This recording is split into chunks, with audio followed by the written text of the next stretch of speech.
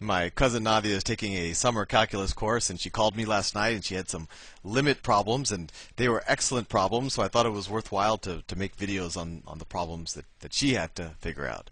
Anyway, so let's do them. If I remember them correctly, I'm doing this on memory, so I hope the answers work out like they did last night when we were going over them on the phone. So if I remember correctly, the first problem was the limit as z approaches 2 of x, oh no, not there, why there's no x, it's a z of z squared plus 2z minus 8, all of that over z to the 4th minus 16. So the first thing when you want to do when you try a limit problem is, well, you just try to substitute the value into, maybe there's no problem when z equals 2, and you just evaluate the function at z equals 2. If it's a continuous function, then the limit as it approaches 2 is going to be the function at 2. But you immediately see a problem. If you put 2 right here, 2 to the 4th minus 16, you get a 0 in the denominator, which is undefined. So we have to figure out some way to get around that. And 9 times out of 10, when you see a problem like this, the solution, because both the numerator and denominator look factorable, is to factor the numerator and the denominator. So this is equal to the limit as z approaches 2. What's the numerator factored? Let's see. Something, when you add two numbers, you get positive 2, and you multiply them, you get minus 8. So it's probably plus 4 and minus 2, right? So this is going to be x plus, no, not an x. I'm so conditioned. I'm like a dog. Oh, I can't even undo it anymore. Anyway, well, z, actually, I'm going to erase that. I don't want to be messy. Let me erase. I tried to undo it, and it doesn't remember everything. So it's z,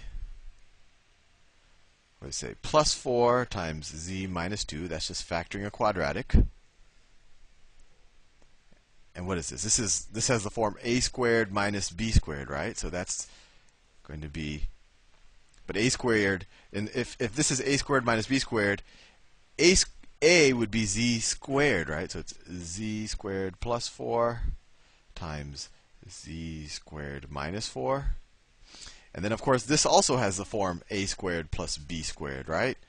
So this will further factor into z plus 2 times z minus 2. Well, our factoring paid off. We see a term in the numerator and the denominator that are the same. And not only are they the same, but this is the term that was giving us the problems, right? Because when you put a 2 in here, you got a 0. So let's assume that we're not evaluating it at z equals 2. And so for all other values, we can divide those, because those are going to be the same values. And then what are we left with? This is equal to the limit, and I've changed colors arbitrarily, as z approaches 2 of z plus 4 over z squared plus 4 times z plus 2, which is equal what? That's equal to 6 over, what's 2 squared plus 4 is 8. And then 2 plus 2 is 4. 6 over 12 is equal to 1/2. There you go. I thought that was a pretty interesting problem. Let's do another one. And this one I found even more interesting that she gave me. It's really testing my memory to see if I can. But I remember the gist of the problem, so I might not get the exact numbers she'd given me, but hopefully I get the exact properties. So it was the limit as x approaches infinity of the square root, and this, see, the square root of x squared plus 4x plus 1 minus x. So when you look at this, you're like, well, let's see what's happening here. Let's see this. As you go to infinity, this term will get really big, but then we're taking the square root of it, and it seems like this term would overpower this term, and then so maybe this kind of converges to x, but then we would subtract an x, so maybe it approaches 0. So that's, at least, that was my first intuition when I spoke to her. But as we will see, the intuition here is wrong. And really, to do this, you have to know a little bit of a trick. And this trick pays off a lot whenever you see something with a square root sign and then subtracting something else if you want to get rid of that square root sign.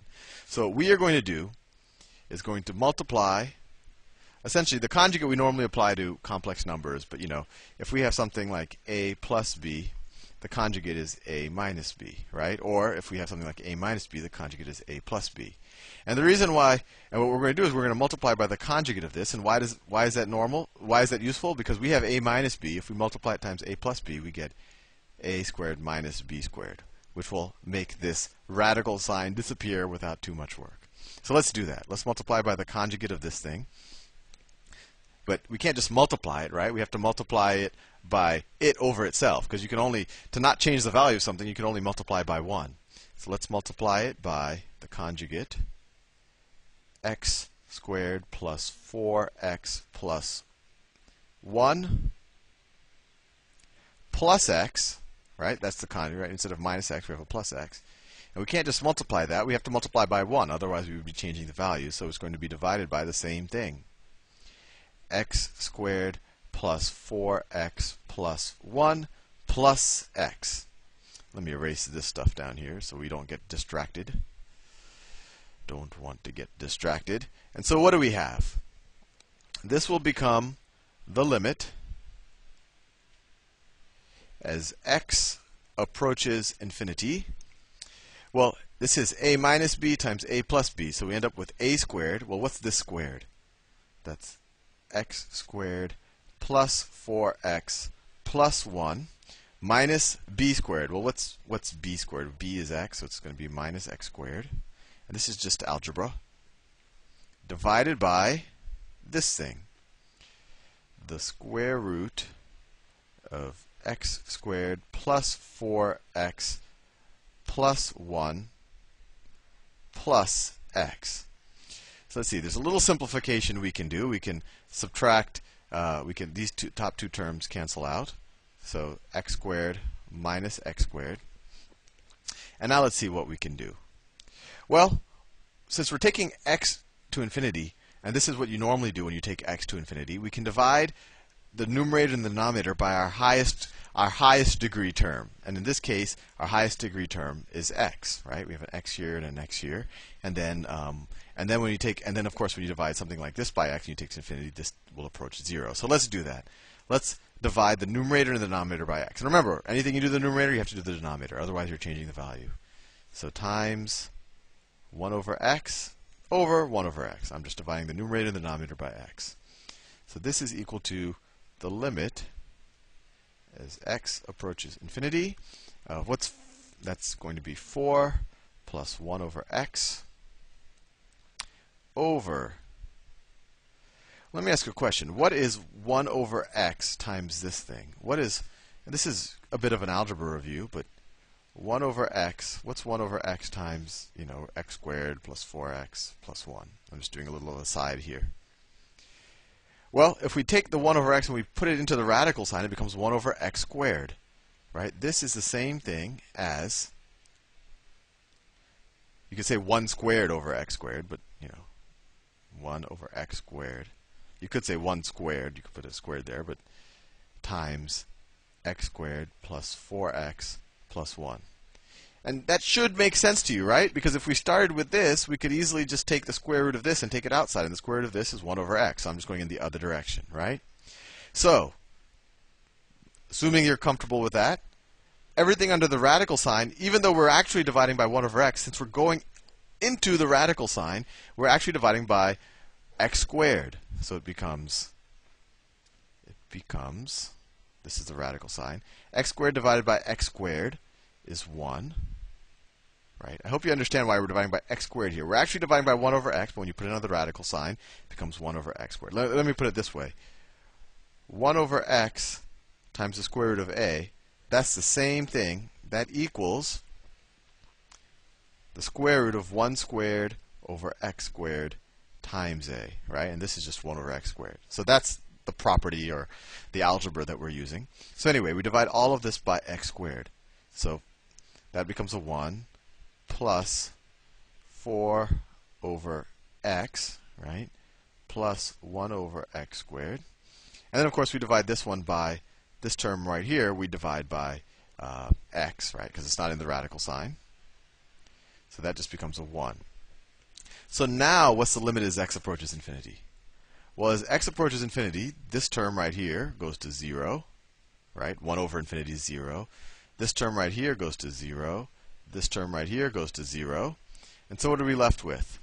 This is equal to 4 over, see, the square root of 1 plus 1. Well, that's just 1. So that equals 4 over 2, which is equal to 2.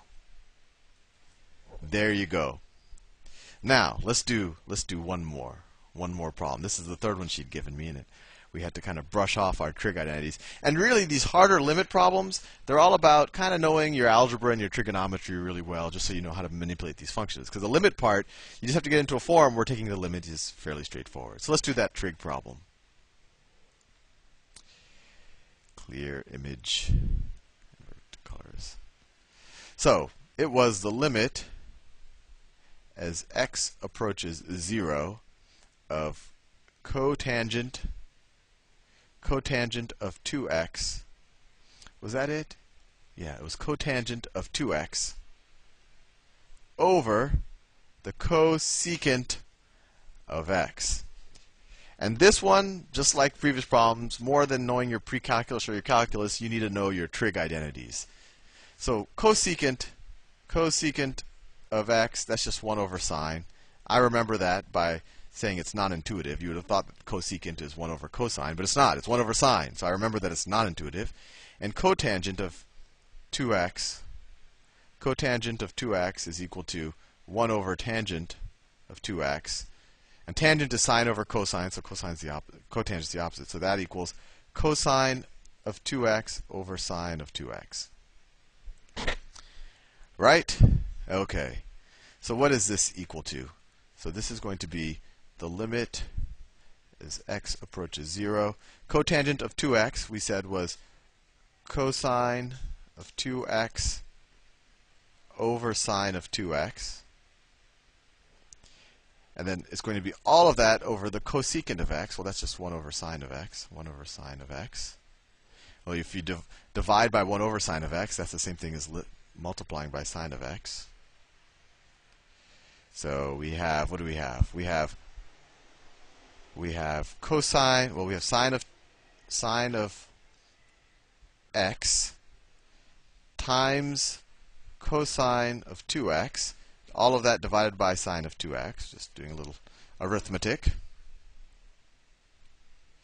And we have a problem here still, because when you take x approaches 0, this term right here goes to 0, and we have a 0 in the denominator, which is just not acceptable because it's undefined. And that's the whole reason why we're doing this limit to begin with. And actually, that's the first thing you should have done. You should have tried to put it, and you would have seen that you would have gotten a 0 value in a denominator, and it would have been unevaluatable. Right? Because really, this is just, we haven't even done any manipulation yet. This is the same thing as this. And if you put the 0 right here, you get undefined. So what can we do? Well, this is where you break out the trig, or you brush off your memories. What is the sine of 2x equal? And this is your one of the double angle formulas. Sine of 2x, it is equal to 2 sine of x cosine of x. So if you know that, then you've gone a long way, because then it becomes pretty simple to simplify. So it becomes 2 sine of x cosine of x. And then if we assume that x isn't 0, it's just approaching 0, we can divide the numerator and the denominator by sine of x. And what are we left with? We're left with the limit as x approaches 0 of cosine of 2x over 2 cosine of x. Well, what's cosine of 0? Cosine of 0 is 1, right? So cosine of 2 times 0, which is 0, that's also 1. So that is equal to 1 over, right, cosine of 0 is 1 over 2 times 1. So it equals 1/2. There you go. I think those are 3 fairly meaty limit problems, and if you know that, you're probably prepared for something that your calculus teacher might throw at you. See you in a future video.